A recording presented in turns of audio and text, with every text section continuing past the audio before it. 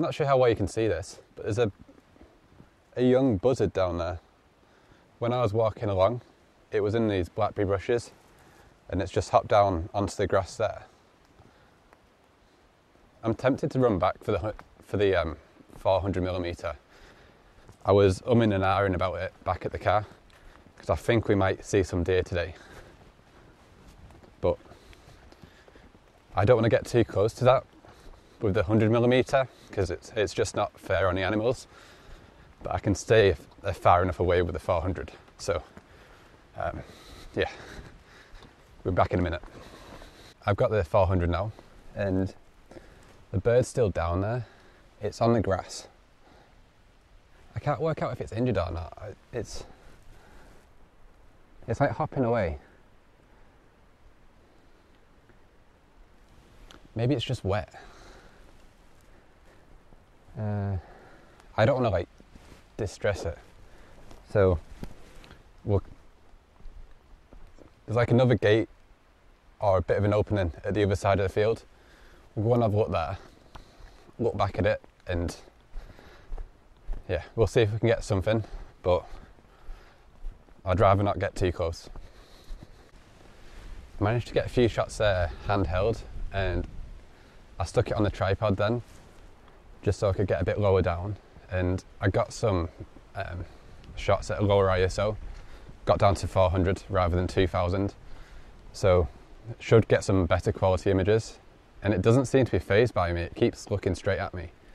So I'm not too sure if it's like a escapee from a rescue place, or if it's just wet and can't fly very well.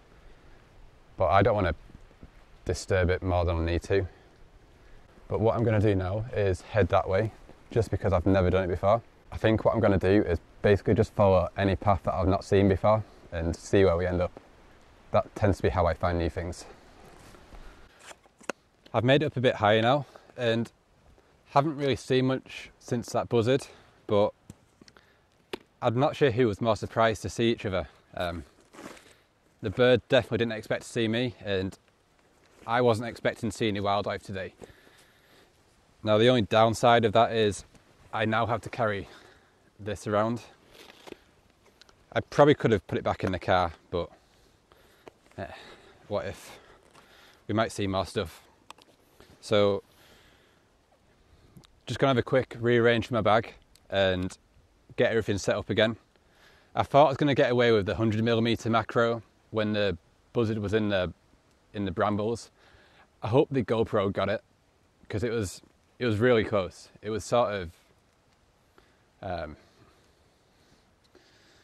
don't know, how can I describe it to you?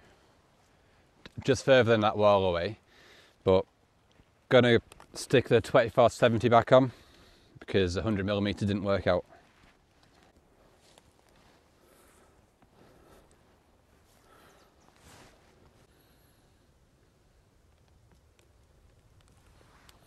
I've had more of a wander around and I found this little area here, and there's a few big mushrooms, and I'm not sure what kind of mushroom they are, but they've got sort of a basin in the top, and it's holding some water, and there's a few autumn leaves in there, and there's some nice moss below it. Now it seems to be that whatever lens I put on, I need a different one, so I just put on the 24-70 and I'm using the 100mm for this one. So yeah, I think it's going to be one of them days where what you expect to happen doesn't happen. But what I'm going to do with this is I want to get everything in focus. So I've focused on the leaves at the top, and I'm at f11, so it's given me just over half a second shutter speed, but it's quite sheltered in here, so there's not much wind. I've got a composition with the basin here. You've got the two leaves, you've got the moss, and we've got this stick leading up the side of it, just so there's like a little bit of interest down here. The other thing I've done is I've used a polarizing filter. I'm not using the filter all the way, because you can still see a little bit of glare. Just that if you twist it all the way, you don't see any reflections, and I don't think you can tell it's water in there. So I think that little bit of glare helps, but taking away most of it also helps make the leaves more clear. So we're going to grab a photo here. I've got a feeling this might be a good area for macro, so I'm going to have more of a wander around, see if I can find more things like this. There's a few more mushrooms on there. There's a few autumn leaves scattered around already, and I've worked out where I am. We can end up on the tops where we went the other week, where I broke the microphone. I'm not sure if it's going to be worth doing that today, but I've got a feeling we're going to end up on the top. I always end up on the top somehow.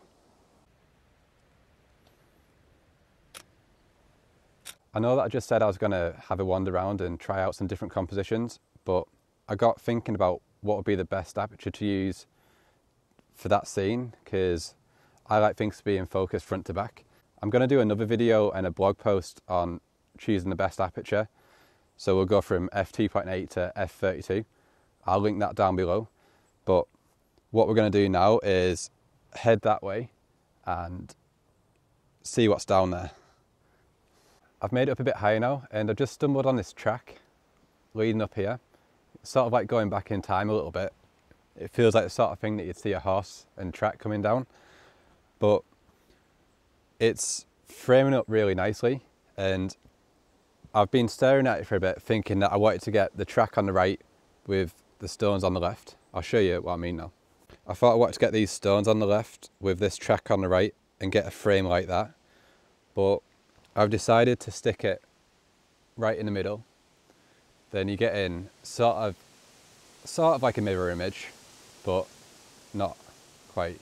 By mirror image, I mean the stone wall is sort of symmetrical. The bits to the left and the right of the stone wall are totally different, but I think it's going to work better by being a bit bolder and just sticking it right in the middle, and it just like leads you straight up the middle, and then you got different things on the side.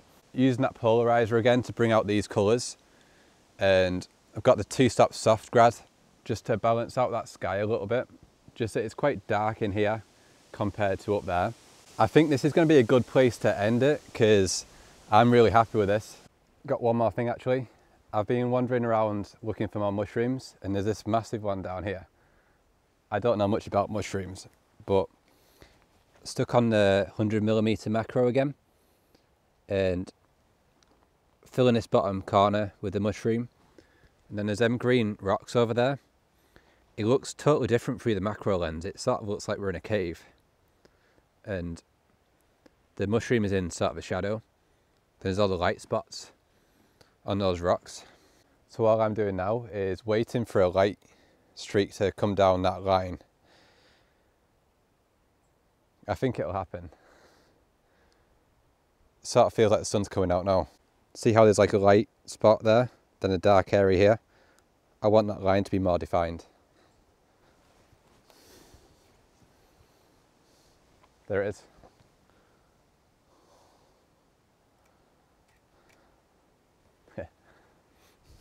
That's pretty cool. So here's that photo. Please hit the like button and subscribe if you want to see more videos, and I'll see you next time.